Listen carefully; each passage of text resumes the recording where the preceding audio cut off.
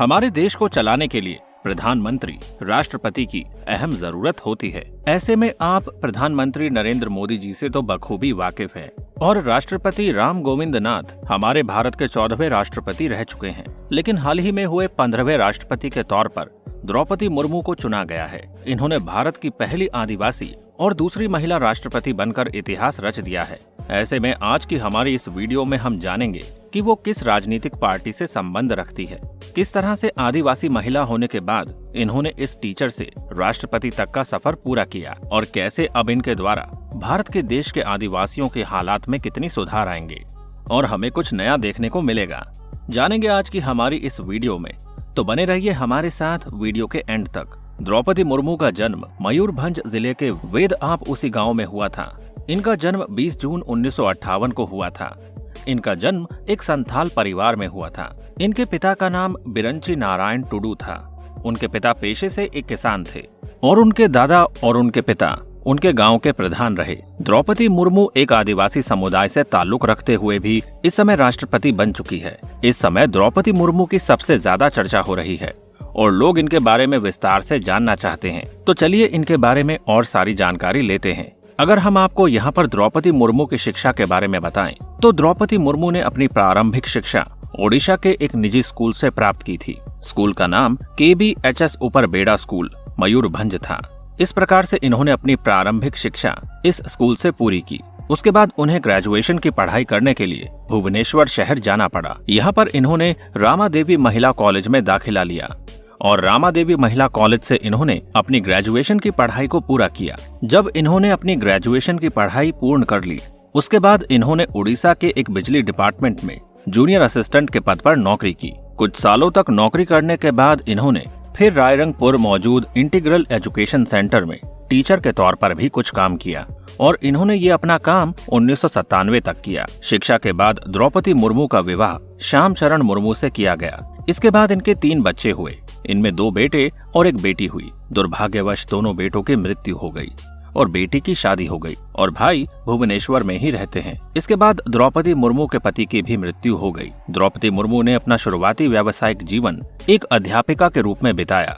उसके बाद धीरे धीरे उन्होंने राजनीति में अपना कदम रखा। अगर हम द्रौपदी मुर्मू की राजनीतिक जीवन परिचय की बात करें, तो द्रौपदी मुर्मू ने वर्ष 1997 में सबसे पहले रायरंगपुर नगर के ग्राम पंचायत पार्षद चुनाव में अपनी पहली जीत हासिल की। उसके बाद वहीं से उनको राजनीति के जीवन में दिशा हासिल हुई।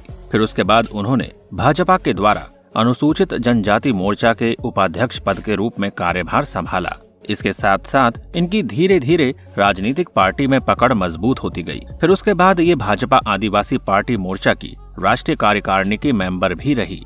इसके बाद द्रौपदी मुर्मू मयूरभंज जिले के गंगापुर सीट पर लगातार 2 बार भाजपा टिकट से विधायक का चुनाव जीती और विधायक के पद पर कार्यभार संभाला। उसके बाद ओडिशा में नवीन पटनायक और बीजू जनता दल और इसके साथ साथ भाजपा गठबंधन की सरकार में द्रौपदी मुर्मू को वर्ष 2000 और वर्ष 2004 के बीच में परिवहन वाणिज्य और उसके बाद फिर उन्होंने मत और पशु संसाधन विभाग में मंत्री पद पर कार्य किया। वर्ष 2015 में झारखंड के 9वीं राज्यपाल के रूप में द्रौपदी मुर्मू को राज्यपाल बनाया गया और झारखंड राज्य के उच्च न्यायालय के तत्काल मुख्य न्यायाधीश वीरेंद्र सिंह द्वारा द्रौपदी मुर्मू को राज्यपाल पद की शपथ दिलाई गई। उन्होंने सैयद अहमद की जगह पर राज्यपाल पद को संभाला। आपको बता दें कि द्रौपदी मुर्मू एक ऐसी महिला है जिन्होंने झारखंड राज्य की पहली महिला मुख्यमंत्री बनने का खिताब भी अपने नाम रखा है। जिन्होंने झारखंड राज्य की पहली महिला मुख्यमंत्री बनने का भी खिताब अपने नाम जीत रखा है। अगर हम भारतीय राज्यों की बात करें, तो भारत के राज्य में पहली आदिवासी महिला राज्यपाल का खिताब भी द्रौपदी मुर्मू ने नहीं जीता। द्रौपदी मुर्मू ने जीवन में आई हर बाधा का मुकाबला किया। पति और 2 बेटों को खोने के बाद भी उनका संकल्प और मजबूत हुआ है।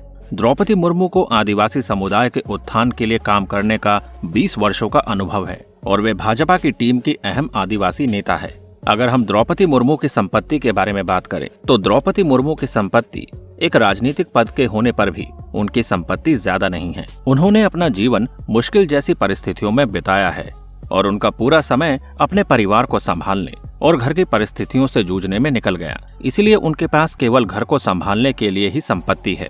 जिसमें से उनके पास मात्र 9.5 लाख रुपए की संपत्ति है। इसके अलावा उनके पास कोई आभूषण और कोई भी चल और अचल संपत्ति नहीं बताई गई है। इसके साथ हम आपको ये भी बता दें कि आदिवासी समाज भारत की आबादी का लगभग 8% हिस्सा है। इसका मतलब है कि वहाँ 1 करोड़ से ज्यादा आदिवासी रहते हैं। हालांकि किसी भी आदिवासी को राष्ट्रपति पद के उम्मीदवार के रूप में नहीं चुना गया है। भले ही भारत में सिखों की संख्या आदिवासियों के प्रतिशत से अधिक है, इसके बावजूद भी सिख भारतीय आबादी का केवल 1.5% है। वे राष्ट्रपति, प्रधानमंत्री और अन्य सभी पदों के लिए चुनाव लड़ने में सक्षम हैं। द्रौपदी मुर्मू पहली आदिवासी उम्मीदवार है जिन्हें भारतीय जनता पार्टी ने चुना है। द्रौपदी मुर्मू का भाजपा और एनडीए के अध्यक्ष पद के उम्मीदवार के रूप में चुनाव बहुत ही सराहनीय है। ये निर्णय आदिवासी समाज के लोगों को उनके जीवन में क्रांतिकारी बदलाव का प्रतिनिधित्व करने और योगदान करने का अवसर भी प्रदान करेगा। हालांकि जिस तरह से उन्होंने आदिवासियों के लिए काफी कुछ सुधार किया है, ऐसे में राष्ट्रपति बनने के बाद ये देश के आदिवासी जनजातियों के लिए काफी कुछ सुधार करने वाली है और भारत की तस्वीर सुधारने वाली है। तो दोस्तों, आप अपने इस नए राष्ट्रपति के लिए क्या कहना चाहेंगे? वैसे अपने कमेंट बॉक्स के जरिए बधाई जरूर दीजिएगा। एक आदिवासी समाज की महिला ने जो सफलता हासिल की है, भाई उसके लिए तो बधाई बनती है। वैसे आप क्या कहना चाहेंगे इनके बारे में? अपनी राय हमारे साथ जरूर शेयर कीजिएगा। तो मिलते हैं आपसे अगली वीडियो में। तब तक अपना ध्यान रखिए। Bye bye.